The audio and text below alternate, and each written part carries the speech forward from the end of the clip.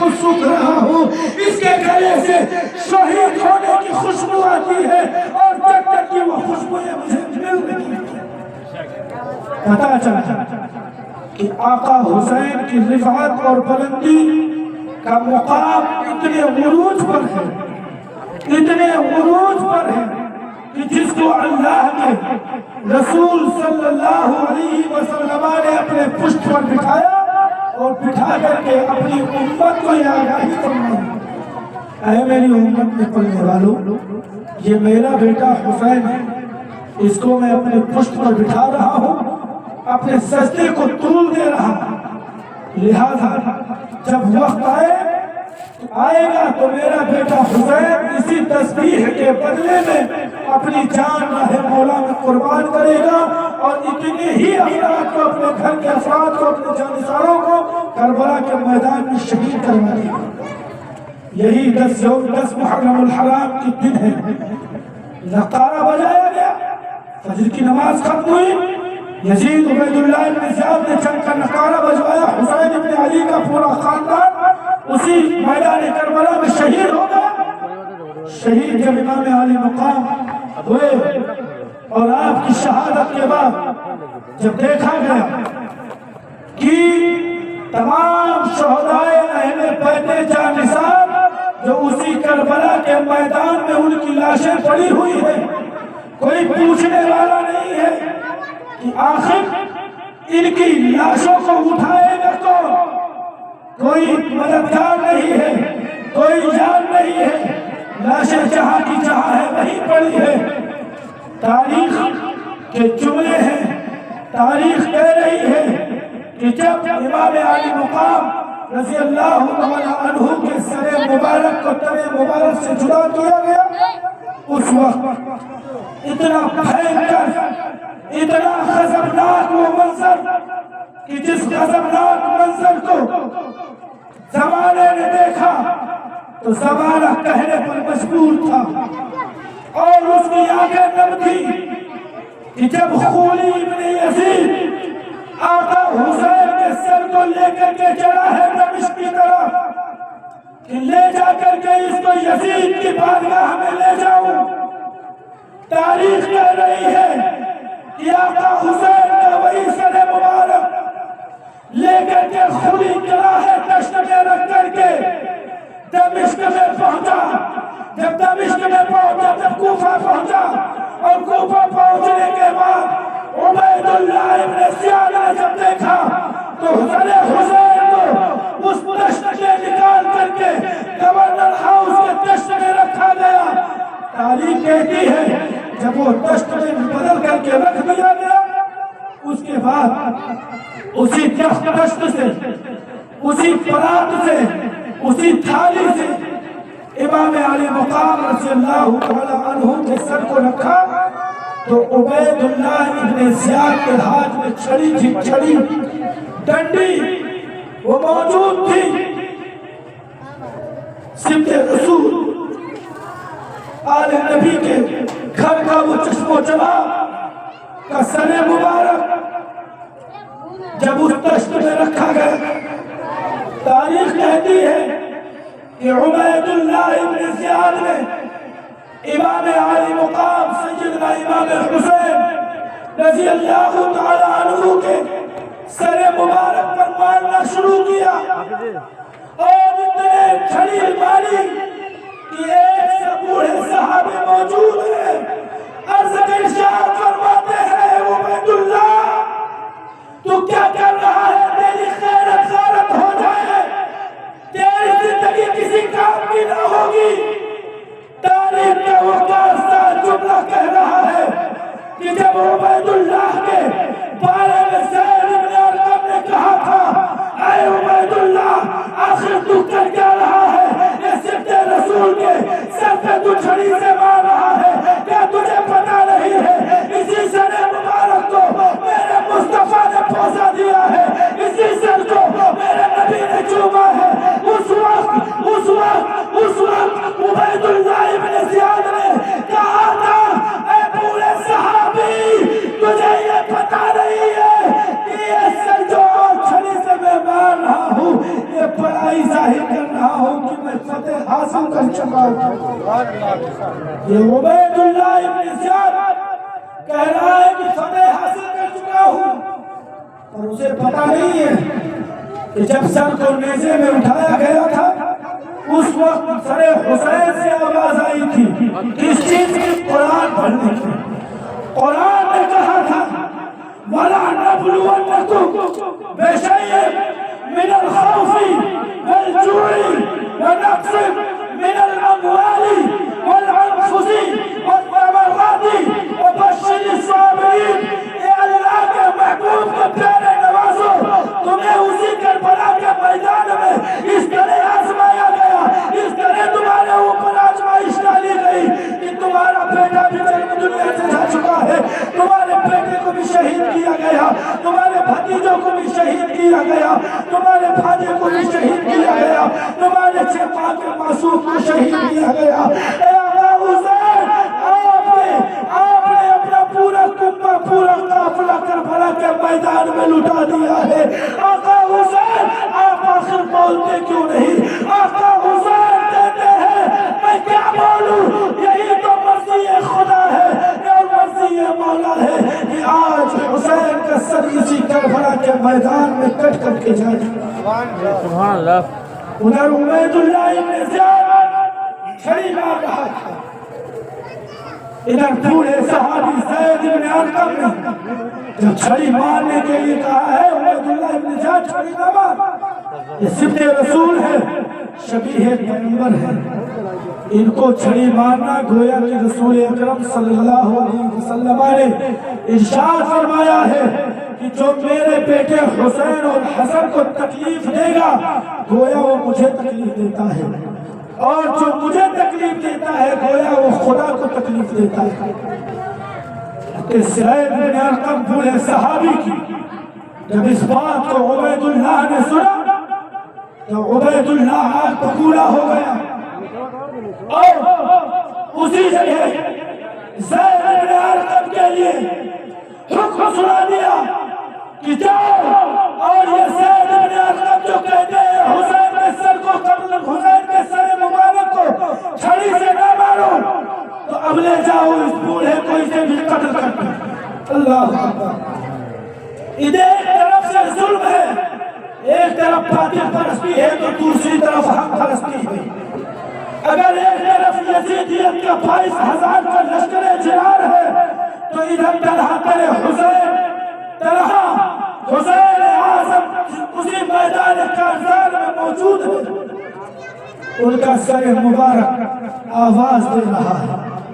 اے عبید اللہ، کیا تجھے پتا نہیں ہے یہ ایسے صحابی ہیں جنہوں نے میرے نانا کو ایمان کی آنکھوں سے دیکھا ہے، اور ان کی جان تو جا سکتی ہے لیکن یہ اپنا ایمان کا سودا نہیں کر سکتے۔ اللہ کے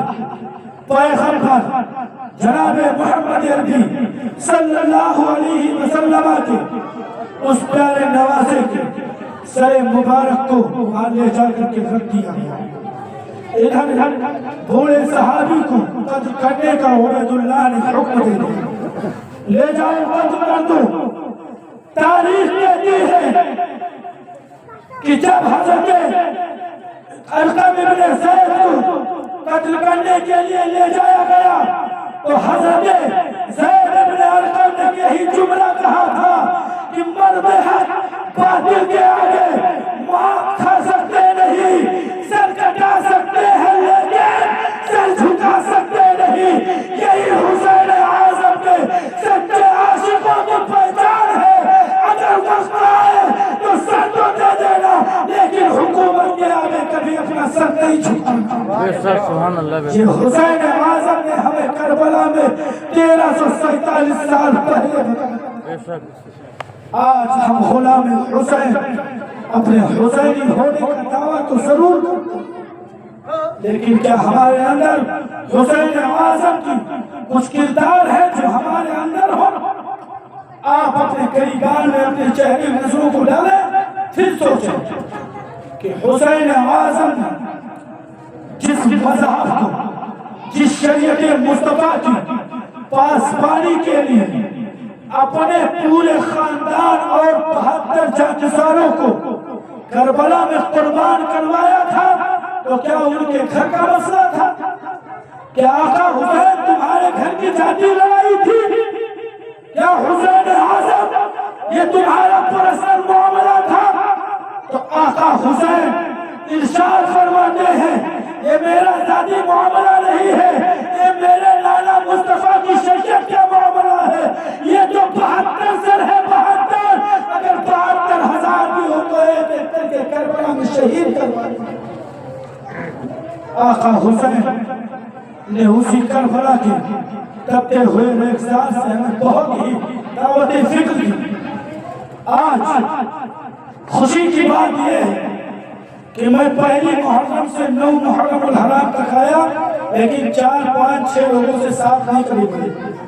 لیکن آج سب سے زیادہ مجھے خوشی اس بات کی ہے کہ آج کم سے کم لگتا ہے کہ اس گاؤں میں مسلمان ہیں۔ میری باتیں تو دل پہ آپ کے دھوکہ ضرور مارے گی، لیکن دل کی گہرائی میں جا کے سوچنا، تنہائی میں بیٹھنا تو دل سے اپنے کہنا کہ آخر حسین اعظم نے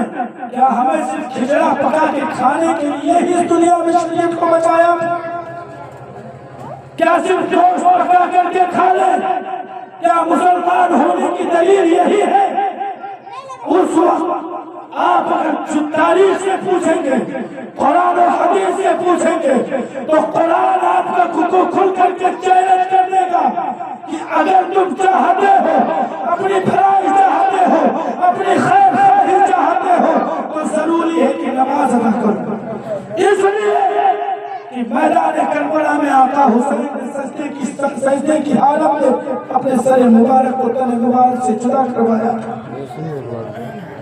آج ہمارا یہ قوم لوگوں کے اندر جو بگاڑے ہیں،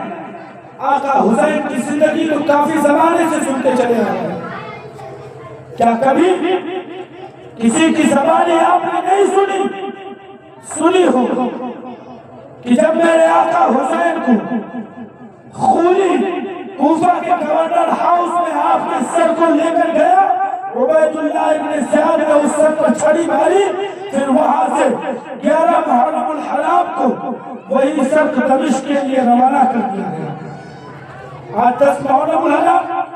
آج کی صبح پورا دن گزار کر کل کی صبح جب ہوگی، پھر وہ سر لے کر کے دمشق کی طرف چلے کہ اب اس سر کو لے جا کر کے یزید ابن معاویہ کے پاس پیش کر دیا جائے کہ جس نے آپ کی بیعت سے انکار کیا ہے اس کا انجام ہے۔ جب لے کر کے سر حسین کو چلا گیا، راستے میں ایک راہب ملا، جس راہب نے اس سر مبارک کو دیکھا تو وہ راہب یہودی تھا۔ کیا تھا؟ یہودی۔ اس راہب نے جب سر کو دیکھا تو اسے ایسا محسوس ہوا کہ رسول پاک کے جگر گوشے ہیں۔ ایسا میرے آقا حسین کا سر مبارک چمک رہا تھا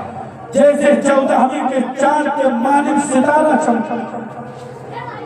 اسی سر مبارک جب دیکھا راہب تو راہب نے ان سے کچھ درہم و دینار دے کر کے اور اس سر مبارک کو اپنے پاس لے لیا کہ آج رات کے لیے میرے پاس چھوڑ دو، صبح لے لینا۔ آقا حسین قتل ہو چکے ہیں، صرف سر باقی ہے، سر۔ اب سر مبارک لے کر کے دمشق کی طرف جا رہے ہیں، راہب نے دیکھا سر لے لیا، یہودی ہے راہب۔ آقا حسین نے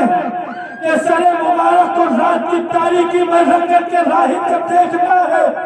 تو تاریخ کے جملے کہہ رہے ہیں کہ جب راہب نے سر حسین کو رات کی تاریکیوں میں رکھ کر کے اس کے گزارے کو دیکھا ہے تو راہب کہنے پر مجبور ہو گیا تھا، اے جگر گوش اے رسول، اے صدق پیغمبر، اے فاطمہ کے دل کے چین، اے علی کے نور نظر، میں راہب یہودی ہوں لیکن میرا دل اب چاہتا ہے کہ اسی سر سے آواز نکلے اور کلمہ شہادت بلند ہو اور راہب کلمہ شہادت پڑھ کر کے مسلمان ہو جائے۔ یہ آقا حسین کے سر مبارک تن مبارک سے جدا کے بعد کی کرامت کی راہب نے اسی تاریکی میں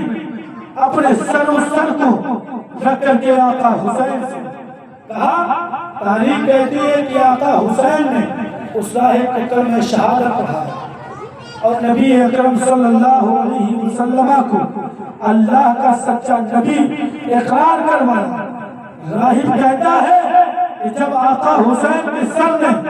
مجھ سے کلمہ پڑھوایا تو میرے دل کو اس طرح چین حاصل ہوا کہ میں نے پوری زندگی اس طرح چین نہیں پایا۔ اب آپ سوچیں کہ آقا حسین نے کس لیے کنبہ لٹایا؟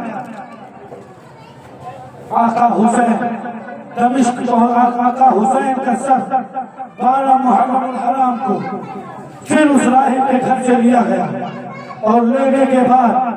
جب آپ کے سر مبارک کو دھیرے دھیرے آگے بڑھتا گیا وہی سر مبارک دمشق جا پہنچا۔ دمشق میں جب جا پہنچا تو اسی دمشق میں جب یزید نے دیکھا کہ یہ سر حسین ہے تو یزید نے اپنے تمام شرابی ساتھیوں کو حکم دے دیا شراب پیو اور شراب پی کر کے خوشیاں مناؤ، اس لیے کہ یہ آج قصاب کا سر مبارک کٹ کر کے آیا ہے۔ معاذاللہ آقا حسین کو قصاب ابن قصاب کہا گیا کہ یہ جھوٹے کا بیٹا جھوٹا ہے، یعنی یزید ابن معاویہ نے اس بات کو کہا کہ یہ قصاب ہے قصاب۔ اس جگہ پر حضرت سہل موجود تھے۔ حضرت سہل نے ارشاد فرمایا، اے یزید پلید سن لے، تو جسے کہتا ہے کہ قصاب ہے، تو قصاب ہوگا، تیرا باپ قصاب رہا ہوگا، تیرا باپ قصاب رہا ہوگا، اس لیے کہ آقا حسین نے حق کی بنیاد کی لڑائی لڑ کر کے دنیا کو یہ پیغام دیا ہے کہ میں سچا، میرے نانا کی شریعت سچی ہے، میرے باپ سچے ہیں، میری فاطمہ سچی ہے، میرے نانا مصطفیٰ سچے ہیں، اور جس دین کو بچانے کے لیے میں نے سر کٹوایا ہے وہ دین سچا ہے۔ پتہ چلا کہ تمام لوگوں کے دعوے پھیکے پڑے ہلکے پڑے، اس لیے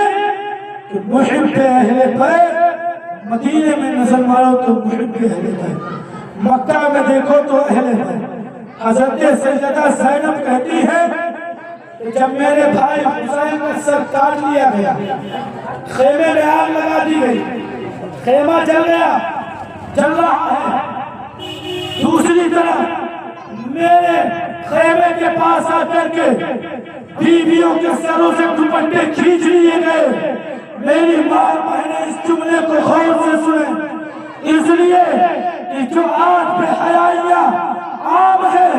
کہ محرم کے 10 تاریخ کو اس تعزیہ فانتازیہ اور ڈھول کے نام پر جو یہ گھر سے سر سور کر کے نکلتی ہے، یہ میری ماں اور بہنوں کے لیے جملہ ہے، وہ سنتی ہوئی چلے۔ کہ سیدہ زینب کہتی ہے کہ جب میرا دوپٹہ میرے سر سے کھینچ لیا گیا، خیمے میں آگ لگا دی گئی، بیمار زین العابدین کے ہاتھ اور پیر میں بیڑیاں ڈال دی گئی، اور بیڑیاں ڈالنے کے بعد اس خیمے کے اندر سے آگ لگائی گئی۔ سیدہ زینب کہتی ہے اس وقت میرا یار و مددگار کوئی نہیں تھا، رات کی تنہائیاں گزرتی جا رہی ہے، رات کی تنہائیوں میں ہم رب کے سوا کس کو یاد کرے؟ اللہ نے یہ سایہ کیا تھا، ایسی روشنی سے اللہ نے نوازا تھا کہ اسی آسمان کی سفیدی کو سرخیوں میں بدل کر کے اور سیاہی میں تبدیل فرما دی۔ سیدہ زینب کہتی ہے کہ جب میرے بھائی حسین کا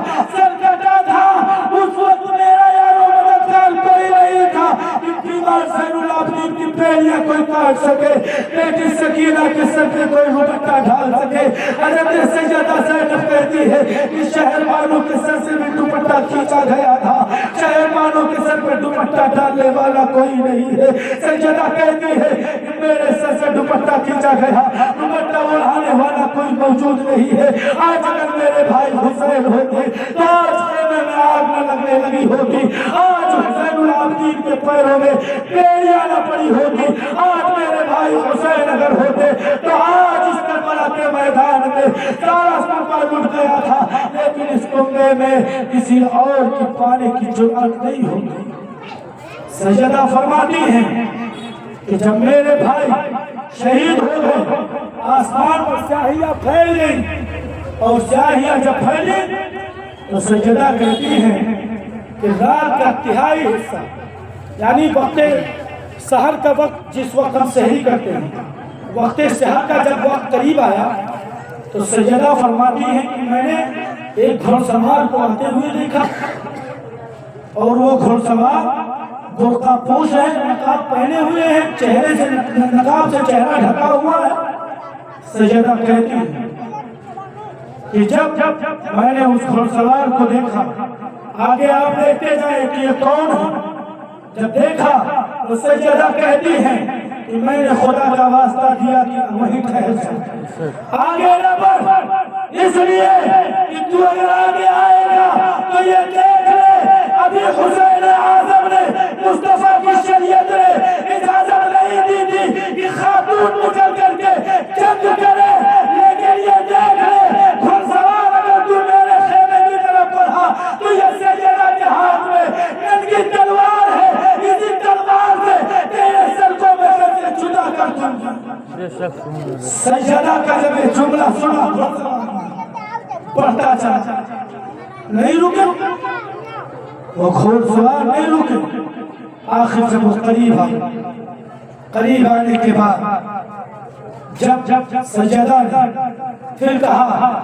تجھے رب ذوالجلال کے قہار کا واسطہ، تو کون ہے، واپس چلا جا، چھوڑ دے مجھے میری حالت پر، چھوڑ دے میرے قافلے میں بچے چند افراد کو میری حالت پر۔ سیدہ فرماتی ہے کہ جب میں نے یہ 40 جملے کہے تو سیدہ کہتی ہے کہ جب اس برقع پوش نے اپنے چہرے سے نقاب ہٹائی تو کیا ہٹایا تو کیا دیکھتی ہے کہ یہ ان کے باپ حضرت علی المرتضیٰ، نقاب ہٹی، چہرے سے پٹی اٹھایا تو دیکھا حضرت علی ہے۔ اب حضرت علی امام حسین سے کافی سال پہلے شہید ہو چکے تھے، کئی سال پہلے شہید ہو چکے ہیں، آخر وہ مدد کے لیے کیسے آئے؟ قرآن انہی کے لیے کہتا ہے وَلَا تَقُولُوا لِمَنْ يُقْتَلُ فِي سَبِيلِ اللَّهِ أَمْوَاتٌ، جو اللہ کی راہ میں قتل کیے جائے انہیں مردہ نہ کہو، بل احیاء، بلکہ وہ زندہ ہے، اور ان اللہ کے پاس ایسے زندہ ہے کہ ان کی زندگی کو سمجھنے کے لیے ہمارے پاس عقل نہیں۔ حضرت علی، سیدہ فرماتی ہے کہ جب میں نے حضرت اپنے باپ علی کو دیکھا تو دامن جاگر کے قدموں میں گر گئی، ابا حضور آپ کہاں گئے اس وقت جب قاسم کا شباب اسی کربلا میں لٹ رہا تھا؟ ابا حضور کہاں گئے آپ اس وقت جب عباس شاہجہاں وفا کے بازو قلم ہو رہے تھے؟ ابا حضور آپ کہاں گئے اس وقت جب علی اکبر کی 18 سال کی کڑی جوانی لوٹی جا رہی تھی؟ ابا حضور آپ کہاں گئے اس وقت جب معصوم علی اصغر کو قتل کر دیا گیا تھا؟ تاریخ کہتی ہے سیدہ زینب جب آخری جملے پر پہنچی، ابا حضور آپ کہاں گئے اس وقت جب میرے بھائی کے سر کو تن سے جدا کیا جا رہا تھا؟ تاریخ کہتی ہے، تاریخ کی اولاد گواہ ہے کہ سیدہ نے جب ان ساری باتوں کو پیش کیا تو حضرت علی المرتضیٰ نے کہا تھا، ارشاد فرمایا، اے بیٹی سیدہ اگر میں قاسم کی شہادت کے وقت آ جاتا تو یزیدی کوئی نہیں بچتا، اور رب کی مصلحت یہ تھی، مسیح خدا بندی یہ تھی کہ علی تم نہ جاؤ، بعد میں جانا اپنے خیمے کو دیکھ کر پھر واپس چلے آنا۔ یہ حضرت علی کا وہ کارساز جملہ ہے جس کو حضرت سیدنا مولا علی نے اپنی بیٹی سیدہ سے فرمایا تھا، بیٹی اگر میں کربلا میں آ جاتا تو نہ حسین شہید ہوتے، نہ عباس جیسے شاہکار وفا قتل کیے جاتے، نہ علی اصغر کی ننھی معصومیت چھینی جاتی، نہ 18 سال کے علی اکبر کی جوانی لوٹی جاتی، نہ حضرت 19 سال کے حضرت قاسم کا شباب اس زمین پر لطفت ہوتا، بلکہ تاریخ کہتی ہے کہ جب حضرت علی المرتضیٰ رضی اللہ تعالی عنہ نے یہ باتیں کہی اور کہنے کے بعد آپ جب پلٹنے لگے تو حضرت سیدہ طیبہ طاہرہ زینب کہتی ہیں ابا حضور آپ کس کے سہارے چھوڑ کے جا رہے ہیں، آپ تو ساتھ لے لیں۔ حضرت علی کا دوسرا جملہ سماعت کرو۔ حضرت علی ارشاد فرماتے ہیں بیٹی سیدہ اس لیے کہ تجھے میں ساتھ نہیں لے جا سکتا، اس لیے کہ رب نے آج تمہارے اہل بیت پر، تمہارے قافلے پر صبر و تحمل کی آزمائش ڈال دی ہے، اور دیکھتا ہے رب کی آزمائش ہے جو اس صبر میں کامیاب ہوتا ہے۔ بیٹی سیدہ صبر کرو، صبر کی گھڑیاں ہیں، صبر کرو، صبر کا وقت ہے۔ سیدہ عرض کرتی ہے ابا حضور کلیجہ پھٹا جا رہا ہے، علی اکبر کی جوانی دیکھی ہے، 56 سالہ بوڑھے حسین بھائی کو قتل ہوتے دیکھا ہے، اب اس کلیجے میں اتنی برداشت نہیں ہے، اتنی چھمتا نہیں ہے کہ اب اور کچھ برداشت کر سکوں۔ سیدہ اتنا کہی نہیں ہے۔ تاریخ کہتی ہے کہ حضرت علی المرتضیٰ اسی وقت ایک روشنی ظاہر ہوئی اور اس روشنی میں جو سیدھے حضرت علی المرتضیٰ رضی اللہ تعالیٰ عنہ کے گھوڑے کے اوپر وہ روشنی جا پڑی، اور اس گھوڑے پر جب وہ روشنی پڑی تو حضرت علی المرتضیٰ اسی وقت اس گھوڑے کے ساتھ غائب ہو گئے۔ سجدہ دیکھتی ہے پھر کانپنے لگتی ہے، خوف زدہ ہو گئی، ابا جان کس کے سہارے چھوڑ کر چلے گئے؟ غیب سے آواز آئی سیدہ گھبراؤ نہیں، تمہارا حامی و مددگار تمہارا رب ہے، تم رب سے اس کی مدد تلاش کرو، تم نماز نہیں چھوڑنا، نماز قائم کرو، اللہ کی وحدانیت تمہارے ساتھ کھڑی ہے۔ پتا چلا کہ آقا حسین نے ہم غلاموں پر کربلا کے میدان پر اتنا بڑا احسان کیا ہے، اتنا بڑا احسان کیا ہے کہ جس احسان کا اگر بدلہ ہم چکانا چاہے تو ہماری 50 پشتیں تو اسی زمین کے اندر جا سکتی ہے، لیکن آقا حسین کے مسلم معصوم علی اصغر کی شہادت بھی ہم ادا نہیں کر سکتے۔ مسلمانوں اللہ نے تمہیں دین دیا ہے، تمہیں ایسے مذہب میں پیدا فرمایا ہے کہ تمام مذہب میں سب سے بہترین مذہب تمہارا ہے، تم اس مذہب کا فائدہ اٹھاؤ۔ اس لیے اگر دنیا میں سب سے زیادہ کوئی آسان دین ہے تو دین اسلام ہے۔ اس دین میں کہیں سختی نہیں ہے، کسی مقام پر کوئی سختی ہے ہی نہیں۔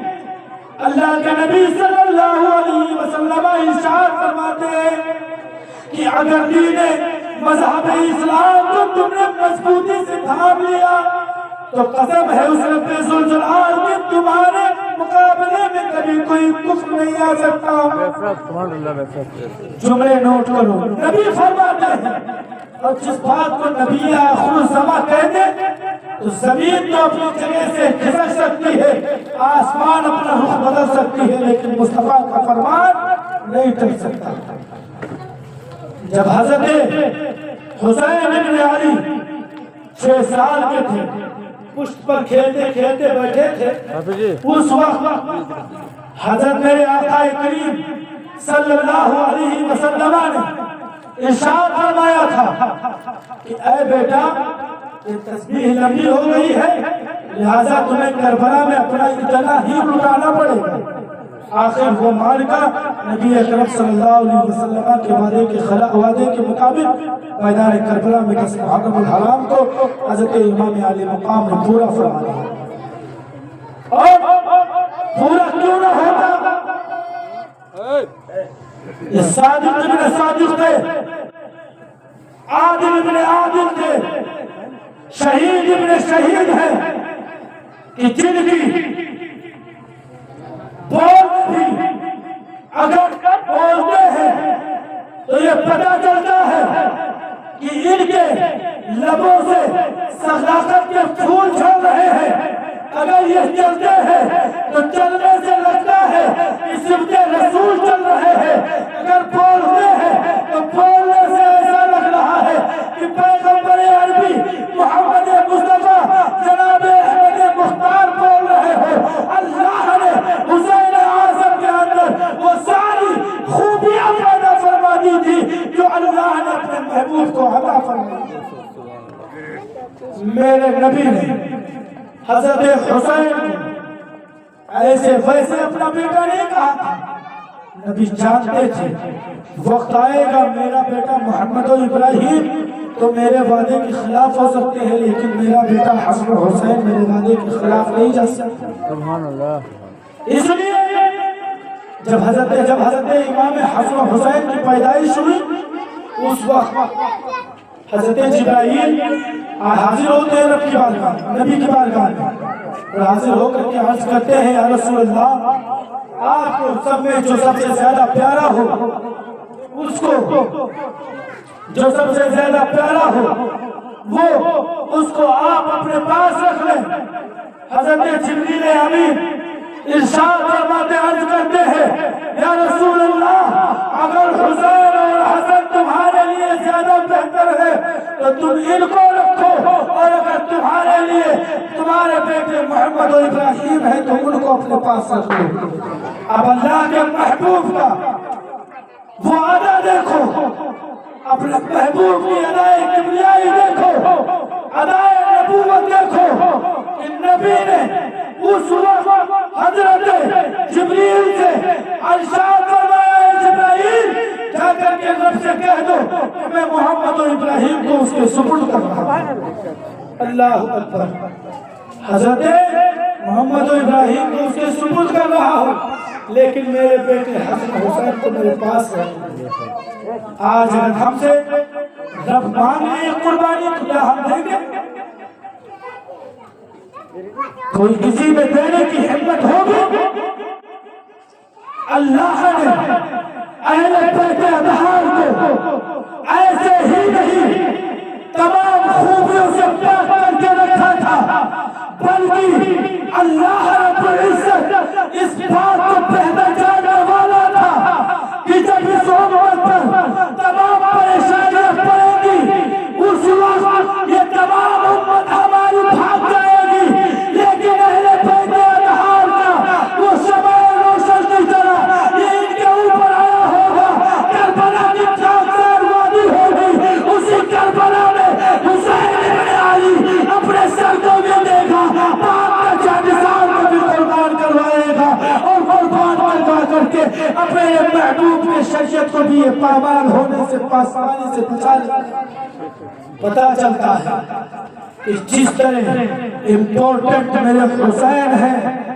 اس طرح میرے نبی کے بیٹے میرے نبی کے لیے امپورٹنٹ نہیں تھی، ان کے لیے خاص نہیں تھی۔ اس لیے کہ آقا کریم صلی اللہ علیہ وسلم نے اپنے بیٹے کو رب کی بارگاہ میں دے دیا، اس چیز کا پیغام ہم امتیوں کے لیے دیا۔ اے میری امت میں پڑھنے والوں، یہ دیکھ لو، اگر تمہارا نواسا اہل بیت کے خاندان سے ہو یا ایسے سادات کے خاندان سے ہو، اور اس سادات کے لیے اگر تمہیں اپنے بچے کی قربانی دینی پڑے تو قربانی دے دینا، لیکن کبھی آقا حسین کی عظمت کو پامال نہیں ہونے دینا۔ کیا غلط ہے؟ کیا اس میں غلط تھا؟ یزید حسین کو جھوٹا کہہ رہا تھا، حسین اعظم ہے، حدیث پاک قرآن یزید کو جھوٹا کہہ رہا ہے، زانی کہہ رہا ہے، شرابی کہہ رہا ہے، اس لیے کہ حضرت امیر معاویہ نے ارشاد فرمایا تھا، اے معاویہ یزید، جب میں اس دنیا سے رخصت ہوں تو جو کام کرنا وہ حسین ابن علی کے مشورے سے کرنا، خلاف کرو گے تو گمراہ ہو جاؤ گے۔ وہی منصب سامنے آئی، حکومت کو اس نے تھاما اور اس کے بعد نبی اکرم صلی اللہ علیہ وسلم کی پیاری نمازوں سے مشورہ کرنا چھوڑ دیا، اس کی پامالی کرنا اس نے زیادہ بہتر سمجھا۔ میرے مصطفیٰ کے پیارے نوازوں نے اپنی جان کو راہ مولا میں قربان کر کے مصطفیٰ جان رحمت کی شریعت کو بچانا زیادہ امپورٹنٹ سمجھا۔ سوال اٹھتا ہے، لاسٹ بات میری سنیں، اس کے بعد اسی 2 منٹ کی بات کے بعد میں اپنی تقریر ختم کر دوں گا۔ اس لیے کہ جب میدان کربلا میں پلٹ کر کے آؤ، اور میدان کربلا میں جب حسین ابن علی اور یزید کا معاملہ ہوا تھا تو کیا اس وقت حسین ابن علی کا کوئی خاندانی معاملہ تھا؟ نہیں، شریعت مصطفیٰ کی پامالی اور پاسبانی کا معاملہ تھا۔ اگر اس کوفہ کے میدان میں امامت کا مسئلہ اگر سب سے زیادہ امپورٹنٹ تھا تو حضرت امام زین العابدین کو قتل کرنا امام حسین سے زیادہ بہتر تھا کہ زین العابدین کو قتل کیا جائے۔ اس لیے تاریخ کہتی ہے کہ اللہ کے پیغمبر نے جو افضلیت اور اللہ نے جس امامت پر حضرت امام زین العابدین کو فائز فرمایا تھا، نہ وہ امامت حضرت قاسم کے پاس تھی، نہ وہ امامت حضرت عباس شاکر خلیفہ کے پاس تھی، نہ وہ امامت حضرت علی اکبر کے پاس تھی، نہ وہ امامت حضرت امام حسین کے پاس تھی۔ اگر امامت کی لڑائی تھی تو حقیقت میں دیکھیں تو سب سے زیادہ امام حسین کو قتل کرنے سے زیادہ ضروری تھا کہ امام زین العابدین کو سب سے پہلے قتل کر دیا جائے۔ پتا چلا امامت میں سب سے افضل امام زین العابدین تھے، امام زین العابدین کو قتل نہیں کیا گیا۔ پتا چلا امامت کا جھگڑا ہی نہیں تھا، لڑائی تھی تو صرف اس چیز کی کہ مصطفیٰ کی شریعت کو تم میرے حوالے کر دو، درہم و دینار حسین لے لو اور یہ شریعت مصطفیٰ کی پاسبانی کرنی چھوڑ دو۔ لیکن جو عدل و انصاف کے گھر کا پیکر رہا ہو، جو عدل و انصاف والے گھر میں ایک نمونہ حیات بن کر کے جس نے ہمیں ایک زندگی دی ہو کہ دیکھو یہ حسین ابن علی کا سر ہے، جس حسین ابن علی کے سر کو کربلا میں تم نے قربان کیا تھا، کیا اگر حضرت سیدنا امام حسین کربلا کے میدان میں سب سے پہلے شہید ہو جاتے تو قاسم کو شہید کرنا زیادہ ضروری نہ سمجھا جاتا؟ اس لیے امام حسین کی شہادت کے بعد کوئی اس کربلا کے میدان میں شہید نہیں کیا گیا۔ پتا چلتا ہے کہ ان یزیدیوں کا امام حسین سے یہی دعویٰ تھا کہ اے حسین ابن علی، تم میرے ہاتھ پر بیعت کر لو اور میرے ہاتھ پر بیعت کر کے تم نعرہ تکبیر بلند کر دو اور کہو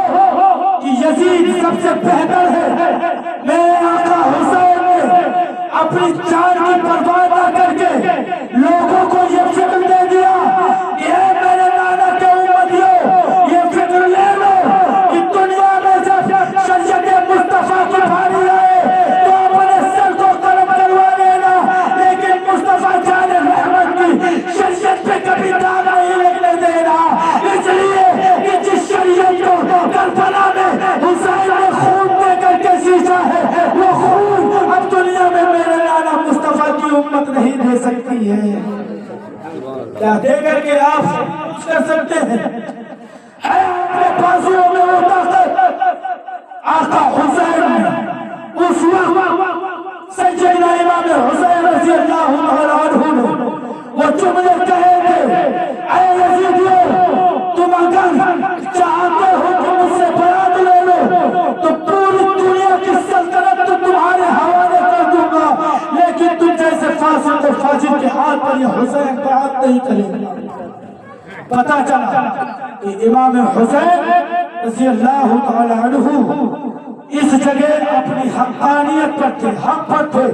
اور امام حسین رضی اللہ تعالی عنہ کی یہ حق کی لڑائی اس طرح آج پرچم اسلام کی طرح ہمارے سروں پر سارا صاحبہ بنے ہوئے چلی ہوئی ہے کہ امام حسین رضی اللہ تعالی عنہ نے ارشاد صد امام حسین رضی اللہ تعالی عنہ جب شہید ہوئے تھے اس وقت یزید نے کہا تھا میری فتح ہو گئی،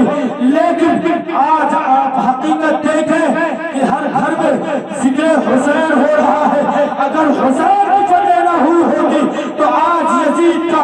نام اس دنیا میں ساتھ ساتھ چلتا ہوتا، لیکن آقا حسین نے یزید کو یہ بتا دیا، اے یزید یہ دیکھ لے حسین ابن علی کا سر ہے، یہ سر تو در سے جدا ہو گیا ہے، لیکن یہی سر جو حق کے لیے کٹا ہے پوری دنیا کے عالم پر، پوری عالم شباب پر اس طرح یہ صاحبہ پڑھ کر کے پھیل جائے گا کہ پوری دنیا دیکھے گی تو یہی کہے گی کہ قتل حسین اصل میں بن کے یزید ہے، اسلام زندہ ہوتا ہے ہر کربلا کے بعد۔ وما علینا الا البلاغ۔ السلام علیکم ورحمۃ اللہ۔